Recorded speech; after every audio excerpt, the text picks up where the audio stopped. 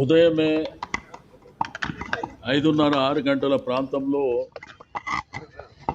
ఒక విషాదకరమైనటువంటి వార్త వినడం చాలా బాధ అనిపించింది.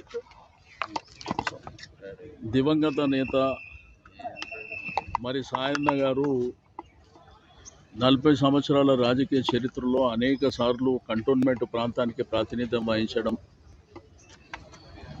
ఆయన లాస్ట్ టైం ఆరోగ్యరీత్యా పోయిన సంవత్సరం మరణించినటువంటిది. ఇప్పటికి సంవత్సరం 3 రోజులు అవుతుంది. మొన్ననే వారి యొక్క వర్ధంతి కూడా చేపట్టడం జరిగింది. బట్ ఆ రోజుల్లో ఉన్న పరిస్థితుల్లో మరి మా పార్టీ అధ్యక్షుల వారు కేసీఆర్ గారు వారి కుటుంబానికి టికెట్ ఇవ్వాలన్నటువంటి ఉద్దేశంతో అమ్మాయికి టికెట్ ఇవ్వడం, అమ్మాయి కూడా మంచి మెజారిటీతో గెలవడం, అంటే కంటోన్మెంట్ ప్రజలు ఆ కుటుంబాన్ని, అక్కడ ఉన్నటువంటి కార్యకర్తలు ఆ కుటుంబాన్ని ఏ విధంగా గౌరవిస్తారో మనం చూసినాం.